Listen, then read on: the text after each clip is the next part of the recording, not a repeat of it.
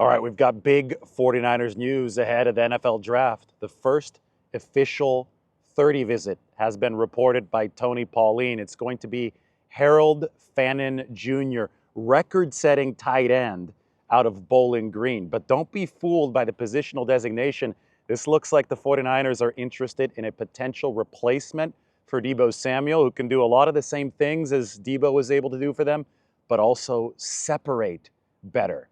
Okay, listen to the records that Harold Fannin was able to put up at Bowling Green. 117 catches in 2024, 1,555 receiving yards. Those are both college football records for a tight end in a single season. For more perspective, his yards per route run, I know that we love this metric. George Kittle dominated this for years. I mean, still does at the tight end position. He was as good as wideouts, though, early in his career. Over 4 yards per route run, 4.07 for Harold Fannin. I've never seen anybody above 4, especially coming from a tight end position. For comparison, Tyler Warren last year, the tight end who's going to go first in this draft, 2.94. Brock Bowers, his final year at Georgia, 2.68.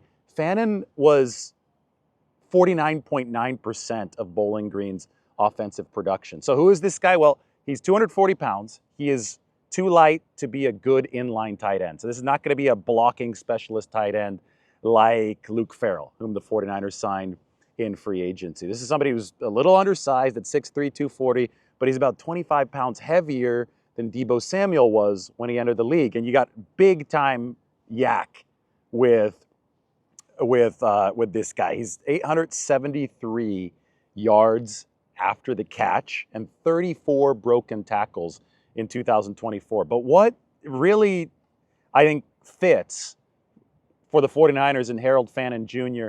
is his short area quickness and his separation ability. And that's obviously what was Deebo Samuel's biggest negative. And that's why Deebo Samuel didn't pair as well with Brock Purdy. The 49ers are aiming for a downfield attack where you need, true technicians as far as route running. Guys like Ricky Pearsall, guys like Juwan Jennings, guys like a healthy Brandon Ayuk. You need those true technicians to really leverage the true strength of Brock Purdy's game. And when you look at Harold Fannin, he's 241 pounds, but he ran a the three-cone drill, which measures short area quickness in under 7 seconds. 6.97 three-cone drill, which is absurd for somebody who weighs more than 240. Deebo Samuel, for comparison, coming out of South Carolina in 2019, was only 214 pounds, so a good 26, 27 pounds lighter. His three-cone was just over 7 seconds, 7.03. George Kittle was not human when he ran his three-cone of like 6.7 at 250 pounds coming out of Iowa in 2017, but obviously George Kittle worked out. And I look at a player like Harold Fannin, and I see bigger than a typical receiver, but smaller than an inline blocking tight end, really fast three-cone. And the one thing that we look for in inside receivers is quick short area quickness. That's what all the slot guys have that have been successful under Kyle Shanahan. I immediately think big slot receiver. I immediately think somebody who could be an offensive weapon, because if you watch the tape at Bowling Green, the entire offense ran around this guy. So they were running screen passes to him. They were running stuff downfield, but primarily he was lined up in the slot because of his short area quickness, route running ability. I mean, if you look at the Draft Buzz profile, listen to this. Harold Fannin, this elite route running technician who manipulates defenders with precise footwork and tempo changes, consistently creates separation against both man and zone coverage. Create separation. Huge, right? I mean, that's something that Deebo Samuel wasn't doing a whole lot of. That's something that the 49ers really lacked last season as a whole. The receiving core ranked last in average separation generated. Exceptional hands and ball skills evidenced by Harold Fannin. Just 2 drops on 171 career targets. He displays natural ability to adjust the throws and maintain concentration through contact. Dynamic after the catch with legitimate running back vision and instincts. Okay, well, now you see the comparison to Deebo Samuel, except with better separation. He led all tight ends with 873 yards after the catch and 34 broken tackles in 2024. Talked about the elite route running, the technical savvy. Well, I mean, yes, this is a player who'd fit with the 49ers. When I look at their receiving room, I think it's really clear that they can use another body. And I think a lot of people will see this 30 visit and they'll say, oh, wait, tight end, didn't they just sign one?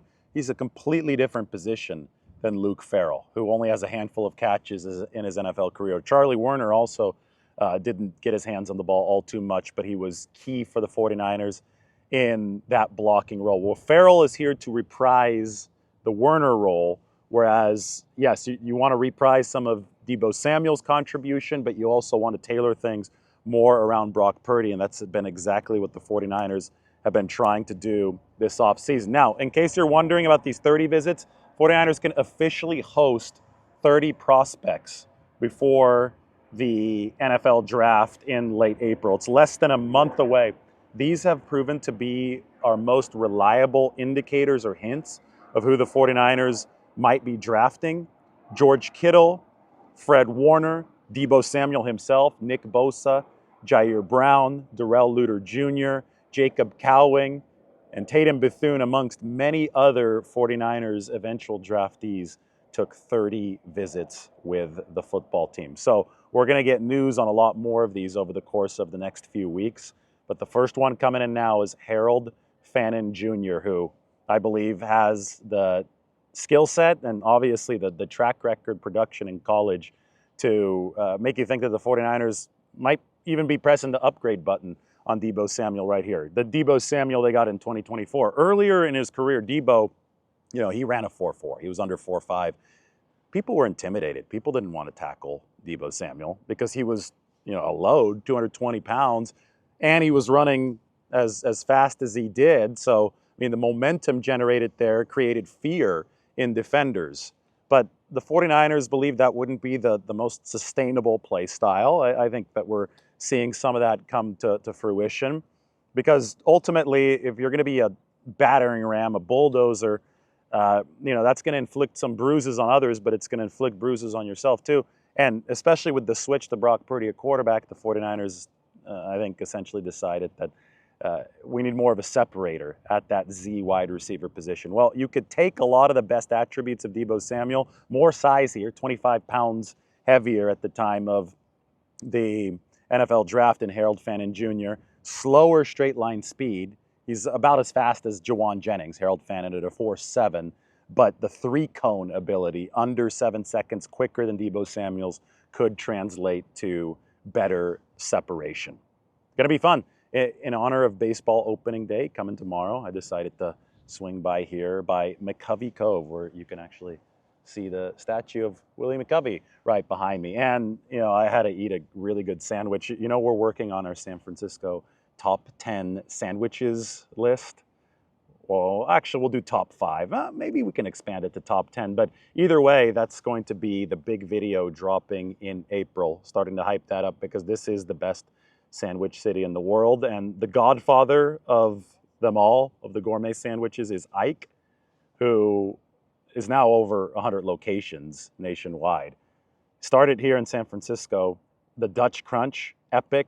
This was a 2007 creation in San Francisco. Through the glory years of the Giants, who played behind me, won all those World Series, Ike created sandwiches that have connections to San Francisco sports culture. And I had myself the Matt Cain today for lunch. Different kinds of meat, Godfather sauce, aptly named, since Ike himself is the Godfather. Of course, added some avocado, and that Dutch Crunch is a San Francisco specialty. So if you're ready for the San Francisco top sandwich video, give this a thumbs up and head on over to Ike's in Mission Bay. New location for him right near the ballpark. All right, first 49ers 30 visit. This is, a lot of people will waste your time with draft content. The 30 visit list is not a waste of time because it has been correlated to whom the 49ers might pick. And Harold Fannin Jr., this looks really, really intriguing. Think Jordan Reed comp. I think Jordan Reed, the tight end, was about the same size. Wasn't really a blocker, was more of a receiving tight end. He was 6'2", 6'3". Harold Fannin, 6'3", 240. But he can move in short spaces. 49ers offensive weapon who made history in college with his production of course, Kyle Shanahan is going to be interested in somebody like this, and Harold Fannin will be making his way to the beautiful Bay Area very soon.